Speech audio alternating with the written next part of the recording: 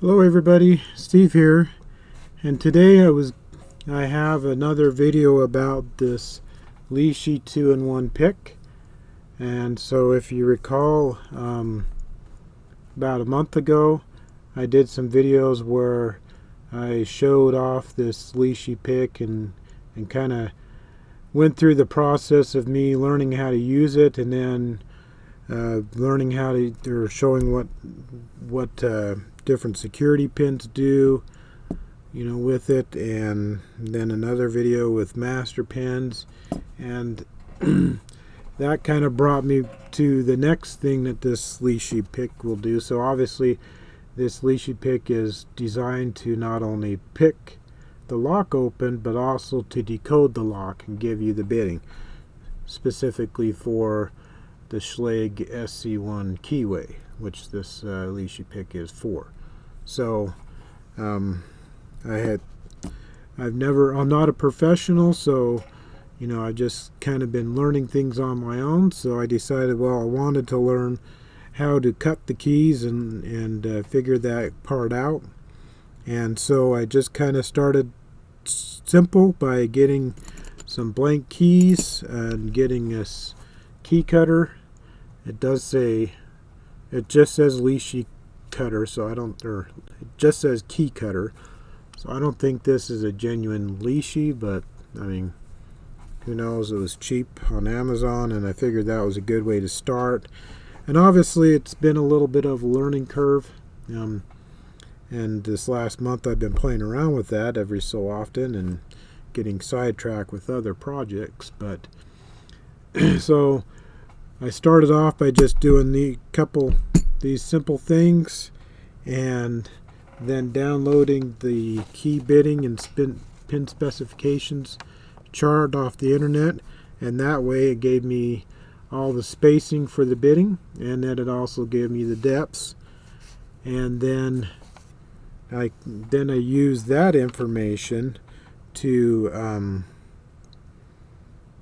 figure out exactly how far down to mark up a key in order to make the key. So then I would pick the lock and decode it, and then I would take a key blank like this, and then I would either mark it with a marker, or sometimes, or even try just using a scratch awl to scratch on the side, kind of way to figure out the spacing. And then I would use my measurements after I figured out the bitting code, and then go down, come up as far as what it told me, and might make a mark, and then I would take and cut the key. And as you might can tell, it hasn't quite worked out too well.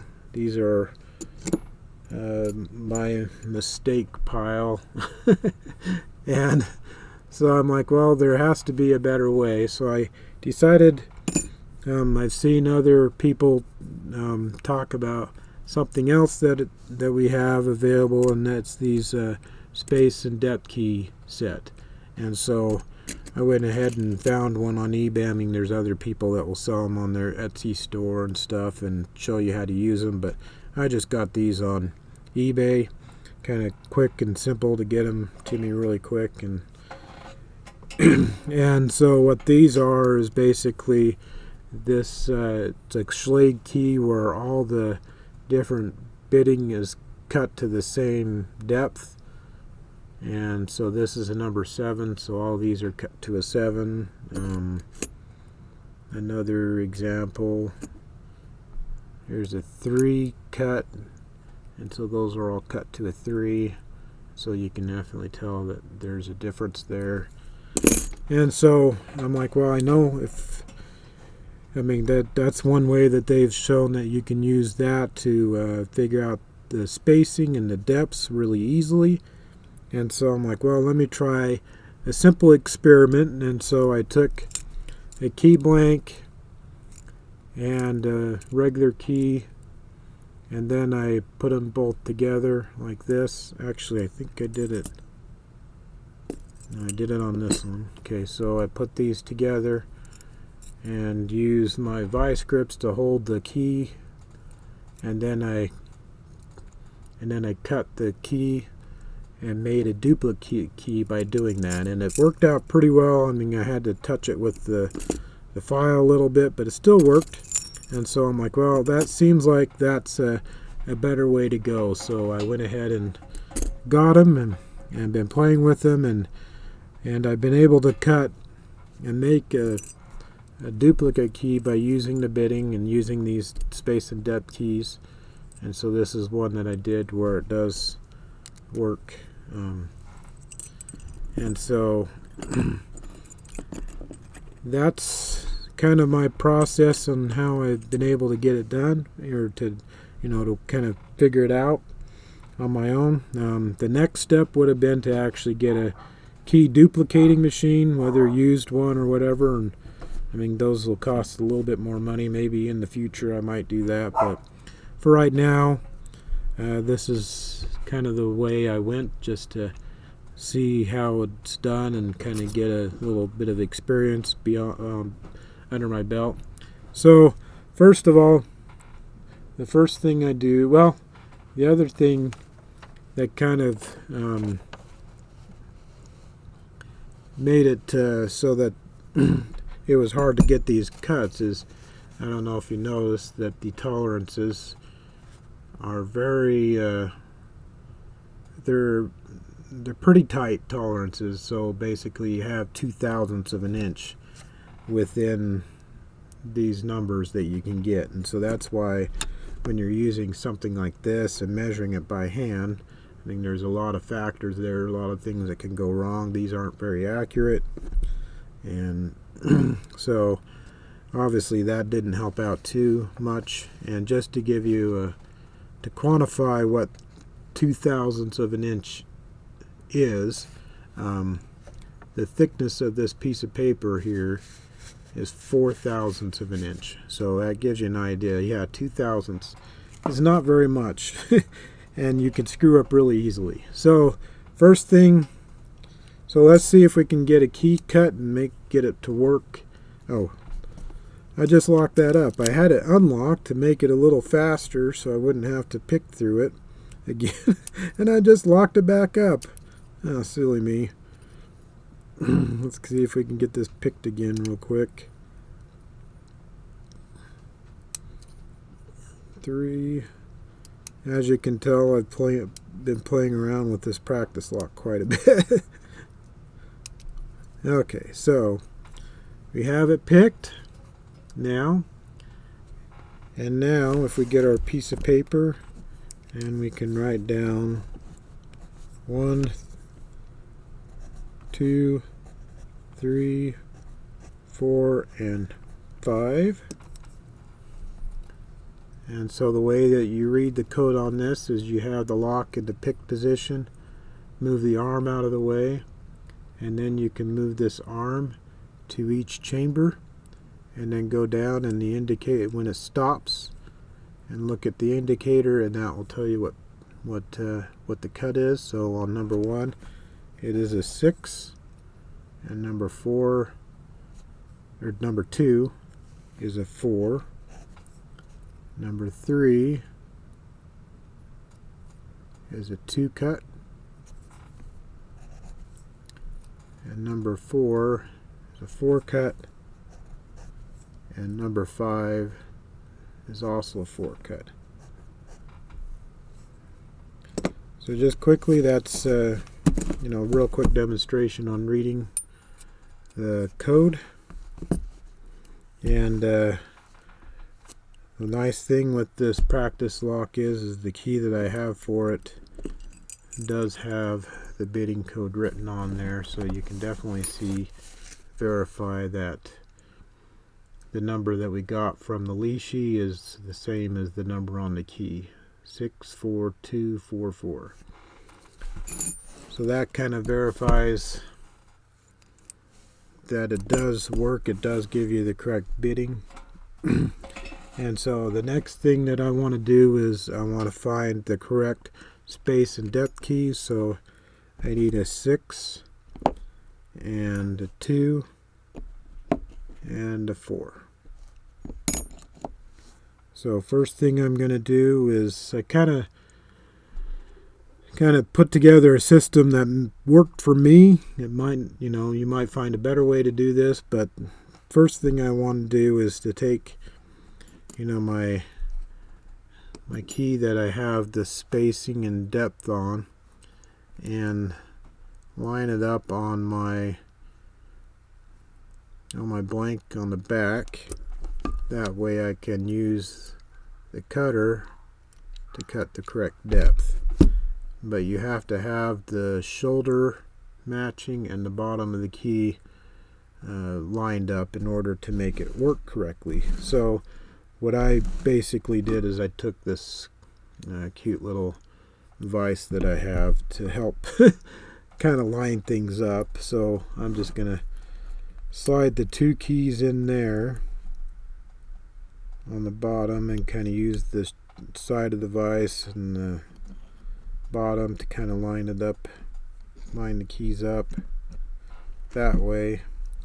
And so now I have that lined up, but obviously I can't cut because that's in the way. So I'm just going to use my vise grips, grab a hold of the keys, pull them out, and that's all lined up. So now I'll take and go to position pin number 3 here, because that's the 2 cut. So I'll go to 3. So 1, 2, and 3.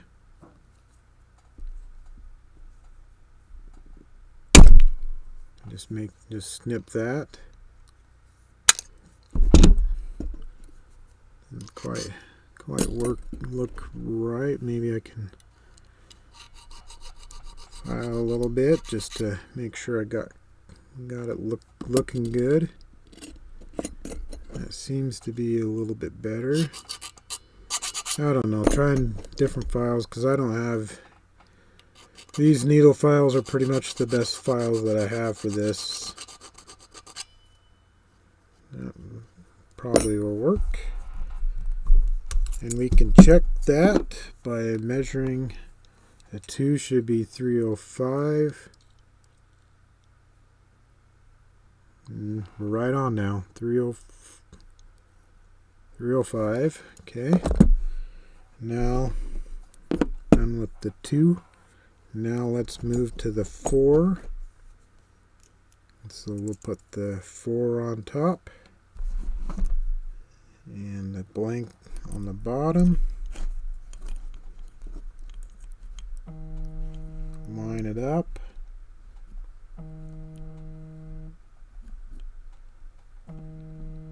Clamp it down.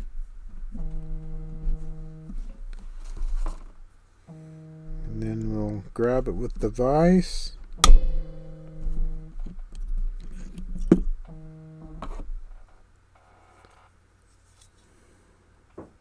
Looks like we're lined up there. So now we'll cut the 4s. So we need pin 5, 4, and 2 as the 4 cuts.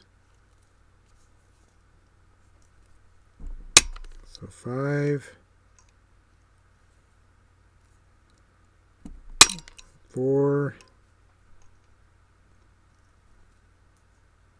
2. Make sure I'm kind of straight there.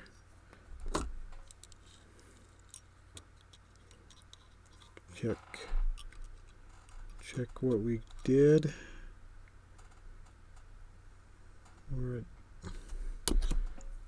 280 there on the front there. Try to file that a little bit. Hopefully you're not getting too bored. But this is kind of the process that I went through to kind of learn, try and figure it out.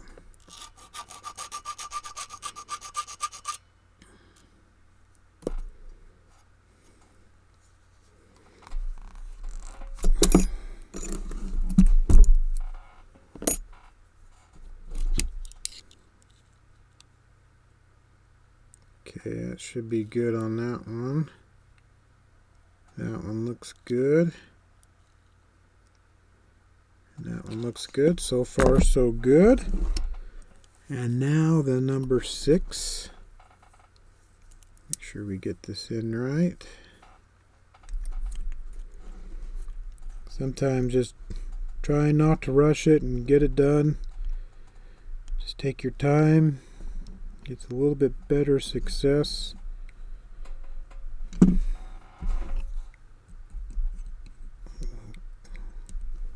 Clamp it with the vice grips.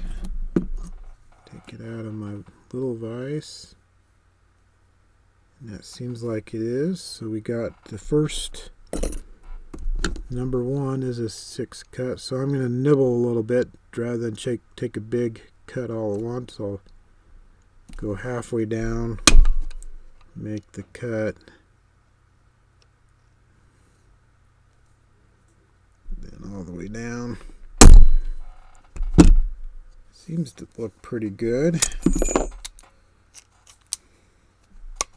Okay, let's measure it. Number 6, put that back over there. And 6 to 245. And we're measuring 247.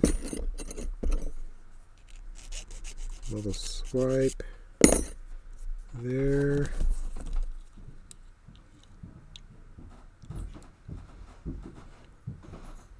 Looks like 246. One little swipe.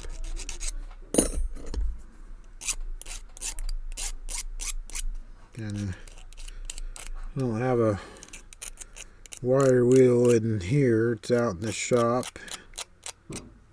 Gonna get a little bit of the burrs off a little bit.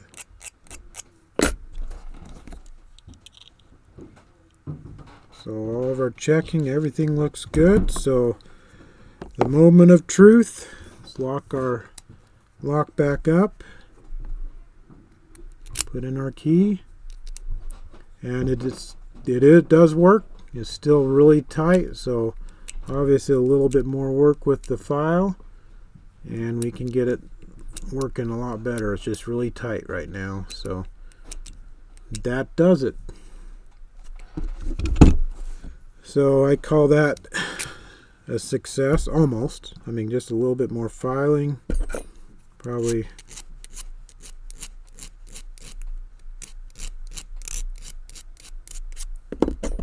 A little bit better here.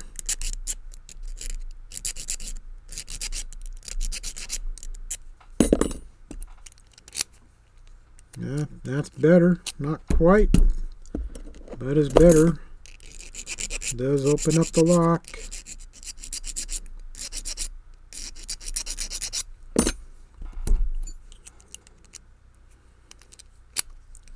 Still a little bit tight, but I call that a success. So there we have it.